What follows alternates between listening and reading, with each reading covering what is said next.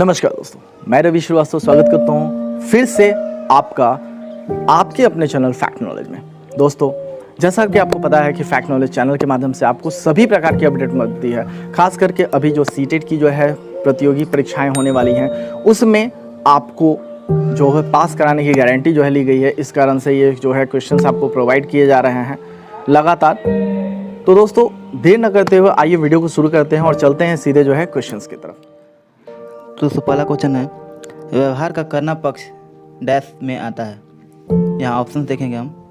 Option है पहला सीखने के गतिक काइनेटिक क्षेत्र, दूसरा है सीखने के भावनात्मक क्षेत्र, तीसरा है सीखने के मनोवैज्ञानिक क्षेत्र और चौथा है सीखने के संज्ञानात्मक क्षेत्र।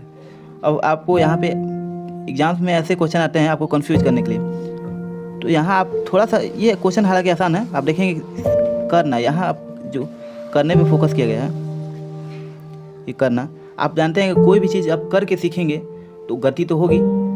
तो यहाँ पे ऑप्शन से एकदम आसान है, सीखने के गति काइनेटिक क्षेत्र जो है, इससे ये हमारा आंसर हो जाएगा। हालांकि ये कन्फ्यूजिंग हो सकता है कि मनोवैज्ञानिक क्षेत्र, ये भी हो सकता है कन्फ्यूजिंग, ये कन्फ्यूज करने के लिए। लेकिन जब अगर आपका कॉन्सेप्ट क्लियर है तो आप करना जहाँ देखेंगे कि गति कोई करके सीखते हैं, गति करके सीखेंगे। मान लीजिए कि आपको कोई प्रोजेक्ट या कुछ आपको मान लीजिए कोई नाटक वगैरह के माध्यम से सिखाया जाता है, तो ये करके सीखेंगे, किस में आएगा? ये गति काइनेटिक क्षेत्र में आएगा। चलिए बढ़ते हैं हम अगले क्वेश्चन की तरफ। अगला क्वेश्चन है, निम्न में से कौन सा अधिगम के पठार का कारण नहीं है? तो इसका ऑप्शन है हमारा शारीरिक सीमा, विद्यालय का सहयोग, सी है प्रेरणा की सीमा और चौथा है ज्ञान की सीमा। यहाँ हम देख लेंगे आंसर विद्यालय का सहयोग। क्यों विद्यालय का सहयोग होगा, इस पर डिस्कस कर लेते हैं। देखिए, अधिगम का जो पीक है, ठीक है, अब इसमें हम विद्यालय का सहयोग, देखिए शारीरिक सीमा ये रुकावट नहीं बनेगा। असल में एक क्वेश्चन पूछा जाता है कि क्या है जो विद्यालय अधिगम में रुकावट पैदा कर सकता है, ठीक है। तो शारीरिक सीमा कभी भी कोई सीखने के लिए ऐसा जरूरी नहीं है कि आप बहुत बलशाली हो गए तभी, या दारा सिंह हैं तभी सीखेंगे, नहीं तो कमज़ोर बच्चा नहीं सीख सकता है, ऐसा कोई नहीं है। प्रेरणा की सीमा ऐसा थोड़ी ना कि मोटिवेशन आपके अंदर डालते जाओ। तो हाँ, मोटिवेशन ज़रूरी है, पर एकदम मोटिवेशन ही रहे तभी आप सीखोगे, ऐसा भी नहीं है। और ज्ञान की सीमा, ये अधिगम का ज्ञान से कोई लेना देना नहीं है। अगर आप कहा भी जाता है कि खाली कटोरे को ही भरने का काम अधिगम है, ठीक है। तो ज्ञान की सीमा से अधिगम का कोई लेना देना नहीं है। इसलिए विद्यालय का सहयोग, विद्यालय का अगर सहयोग मिलेगा, ठीक है, तो अगर विद्यालय का सहयोग मिलेगा तो अधिगम अच्छे से होगा। विद्यालय का सहयोग मान लीजिए अगर विद्यालय उदासीन है तो नहीं, अधिगम होना मुश्किल है। वर्तमान समय में शिक्षा का सबसे उपयुक्त उपागम कौन सा है? ऑप्शन हैं यहाँ, ए संरचनात्मक उपागम, ऑप्शन बी है सृजनवादी उपागम, ऑप्शन सी है मानवतावादी उपागम, ऑप्शन डी है व्यवहारवादी उपागम। अब यहाँ हम देखेंगे कि हम लोग यहाँ आंसर हो जाएगा सृजनवादी उपागम। क्यों होगा सृजनवादी उपागम? क्योंकि हम लोग अधिगम यानी ज्ञान का हम लोग सृजन करते हैं। बच्चे जो है, कहा भी जाता है कि बच्चे जो है ज्ञान का जो है क्रिएटर उनको माना गया है। वो करके सीखते हैं, ना कि उनमें ट्रांसफ़र किया जाता है, डेटा ट्रांसफ़र की तरह उनको ज्ञान का ट्रांसफ़र नहीं किया जाता है, वो करके सीखते हैं। आजकल के शिक्षा व्यवस्था भी ऐसा है कि बच्चों को करके सिखाने पर ज़्यादा जोर दिया जाता है। तो सबसे उपयुक्त शिक्षा का तरीका कौन सा हुआ? तो सृजनवादी, क्योंकि वो करके सीखेंगे तो उनमें वो चीज़ कॉन्सेप्ट क्रिएट होता है, ठीक है। तो चलते हैं हम लोग आगे क्वेश्चन पढ़ते हैं। अगला क्वेश्चन है, राजेश बीमारी के कारण 1 महीने तक विद्यालय नहीं गया। जब विद्यालय गया तो उसे भाग लंबे सवालों को करना नहीं आया। कई बार के निराशाजनक अनुभवों में असफलता हाथ लगी। लंबे भाग के सवालों को देखते ही चिंतित हो जाता है। शास्त्रीय अनुबंधन सिद्धांत के मुताबिक संवेगात्मक स्वाभाविक उत्तेजक है। ऑप्शन है लंबे भाग के सवालों को लेकर चिंता, ऑप्शन बी है असफलता भग्नाश, ऑप्शन सी है लंबे भाग के सवाल और ऑप्शन डी है असफलता को लेकर चिंता। यहाँ आप उत्तर देख पा रहे होंगे, यहाँ आंसर है असफलता या भग्नाश। अगले क्वेश्चन की तरफ पढ़ेंगे। बालक के व्यक्तित्व को किस प्रकार का अधिगम अधिक प्रभावित करता है? ऑप्शन है प्रयत्न एवं त्रुटि अधिगम, ऑप्शन बी है अनुकरण अधिगम, ऑप्शन सी है अनुदेशात्मक अधिगम, ऑप्शन डी है अंतर्दृष्टिपूर्ण अधिगम। यहाँ हम लोग इस क्वेश्चन को भी आप अगर आपने पढ़ा है तो आप अच्छे से जानते हैं, अपने अपने क्लासेज में भी देखा होगा, डीएलएड में या इसके पहले के वीडियोज़ में आपने देखा होगा कि बच्चों को जो भी आप बच्चे छोटे बच्चे होते हैं वो देख के सीखते हैं, ठीक है। तो यहाँ आंसर हो जाएगा अनुकरण अधिगम। क्यों अनुकरण अधिगम होगा? क्योंकि बच्चे, आप छोटे बच्चे को देखते हैं कि कोई भी चीज़ आपको उनको बताना नहीं पता, वो आपको देखते देखते सीख जाते हैं। क्या आपने उनको बोलना सिखाया है क्या? नहीं, वो आपको बोलते बोलते वो फराटेदार सीख लेते हैं, उनको व्याकरण सीखने की जरूरत नहीं होती और बिल्कुल सही बोलते हैं और सही सीखते हैं। इस तरह से आप कोई चीज़ कर रहे हैं तो उनको देख के आपकी नकल करेंगे, तो नकल करके यानी अनुकरण करके वो अधिगम करते हैं। इसलिए बालक के व्यक्तित्व को सबसे ज़्यादा अनुकरण अधिगम ही प्रभावित करता है। अगला क्वेश्चन, सीखने का वह सिद्धांत जो पूर्ण रूप से केवल अवलोकनीय व्यवहार पर आधारित है, सीखने के डैश सिद्धांत से संबंध है। आंसर है व्यवहारवादी। यहाँ आप देखेंगे आंसर, ऑप्शन हमारे देख लेंगे।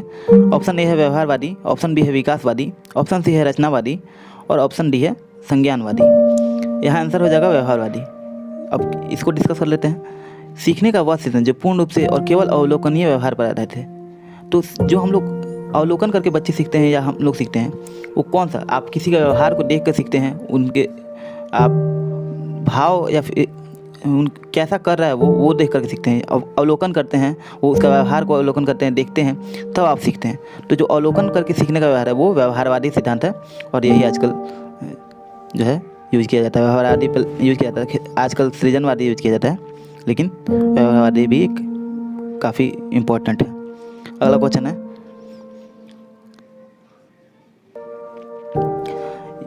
क्वेश्चन है हमारा, बालकों में अधिगम डैश देकर ऑप्शन है। ऑप्शन ए शिक्षक द्वारा ज्ञान के स्थानांतरण द्वारा होता है, ऑप्शन बी है ज्ञान को रटने से होता है, ऑप्शन सी है पाठ्य पुस्तक को पढ़ने से होता है और ऑप्शन डी है क्रिया करके होता है। अगर आपने एनसीएफ पढ़ा है या एनसीएफ के बारे में अगर आपने देखा होगा तो आप इस क्वेश्चन को आराम से कर सकते हैं। सीटेट में एनसीएफ से काफ़ी क्वेश्चन बनते हैं, इसलिए मैं रिकमेंड करूँगा कि आप एनसीएफ को अच्छे से अगर आप समझ गए तो डायरेक्ट क्वेश्चन तो लगभग 4-5 आते ही हैं, उसके अलावा आप इनडायरेक्ट क्वेश्चन बहुत सारे सॉल्व कर पाएंगे। तो ये क्वेश्चन आप एनसीएफ से है कि बालकों में अधिगम कैसे होता है, तो शिक्षक द्वारा ज्ञान का स्थानांतरण, ये तो बिल्कुल गलत है। शिक्षक कभी भी ज्ञान का स्थानांतरण नहीं करता। शिक्षक एक फैसिलिटेटर का काम करता है, वो एक सुविधा दाता का में काम करता है, वो सुविधा देता है। बच्चे खुद से सीखते हैं, ठीक है। तो क्रिया करके, यहाँ आंसर हो जाएगा क्रिया करके होता है, क्योंकि बच्चे खुद करके सीखते हैं, उनमें सृजन करने की क्षमता होती है ज्ञान की। ऐसा माना जाता है कि बच्चे सृजन करता है ज्ञान के, वो खुद सीखते हैं। शिक्षक का काम सिर्फ सुविधा प्रदान करना है ताकि वो सीख सके, उनको सुविधा हो सीखने में, इसलिए यह सारे ऑप्शंस नहीं होंगे। यहाँ ऑप्शन नंबर डी हो जाएगा, क्रिया करके होता है। बढ़ते हैं, संकेत अधिगम के अंतर्गत निम्नलिखित सीखा जाता है। ऑप्शन ए है हमारा वातावरण, ऑप्शन ए है वातावरण, ऑप्शन बी है पारंपरिक अनुकूलन, ऑप्शन सी है मनोविज्ञान और ऑप्शन डी है मनोदैहिक। यहाँ हमारा आंसर हो जाएगा पारंपरिक अनुकूलन। अगले क्वेश्चन पर पढ़ते हैं। हमारा नेक्स्ट क्वेश्चन है, अधिगम एक प्रविधि है डैश देके अगला ऑप्शन, पाठ्य पुस्तक में दिए गए विषय को याद करने की, ऑप्शन बी है तथ्य को याद करने की, ऑप्शन सी है अनुभव द्वारा अर्थ निर्माण करने की और ऑप्शन डी है परीक्षा की तैयारी करने की। अब ये क्वेश्चन भी एनसीएफ से आता है। कैसे? जैसे कि मैंने पहले बताया है कि एनसीएफ का पूरा आप एनसीएफ आप पढ़ोगे, उसमें निचोड़ उसका यही है कि एनसीएफ बच्चों को करके ज्ञान निर्माण करने के पे बल देता है। वो ये कहता है कि टीचर्स को कभी भी ये नहीं करना कि मैं ही सब कुछ, नहीं, चाइल्ड सेंटर्ड एजुकेशन पे वो फोकस करता है। वो चाहता है कि बच्चों को करके सीखने में वो ज्ञान का निर्माण करें। अब यहाँ पे ऑप्शंस आप पढ़ेंगे तो सीधे आप एलिमिनेट कर पाओगे कि पाठ्य पुस्तक में दिए गए विषय को याद करने की। एनसीएफ कभी भी रटने या याद करने पे फोकस नहीं करता है। अगला तथ्य को याद करने की। हाँ, तथ्य एक याद करना एक इंपॉर्टेंट है, लेकिन तथ्य तो वैसे भी याद रहेंगे अगर आप कॉन्सेप्ट बना लिए हो तो। बच्चे अगर कॉन्सेप्ट बना लेंगे, वो करके सीखेंगे तो वो अस्थायी रहेगा। ऑप्शन सी है अनुभव द्वारा अर्थ निर्माण करने की और ऑप्शन डी है परीक्षा की तैयारी करने की। परीक्षा के लिए कोई भी पढ़ाई नहीं होता, ये हमारा सिस्टम है, लेकिन ऐसा कोई एनसीएफ कभी भी इस पर जोर नहीं देता कि आपको परीक्षा की तैयारी करनी है या बच्चों को कोई टॉप कराना है, बच्चों को मार्क्स क्लियर करना है, ऐसा कहीं नहीं। बच्चों को उनके जीवन में कुछ करें, इसके लिए वो अनुभव अधिगम कराया जाता है उनको, ठीक है। तो अनुभव द्वारा अर्थ निर्माण करने की, यानी कि वो कोई चीज़ करेंगे या फिर देखेंगे, उसको अनुभव करेंगे और तब उसका अर्थ निर्माण करेंगे, खुद से अपने दिमाग में कॉन्सेप्ट बनाएंगे उस चीज़ का। तो अधिगम की एक प्रविधि ये है कि अनुभव द्वारा अर्थ निर्माण किया जाता है। बच्चों को सुविधा दिया जाता है और बच्चे वो चीज़ करते हैं, सीखते हैं और उसका एक कॉन्सेप्ट बनता है, स्कीमा बनाते हैं अपने दिमाग में। चलिए नेक्स्ट क्वेश्चन पर पढ़ते हैं।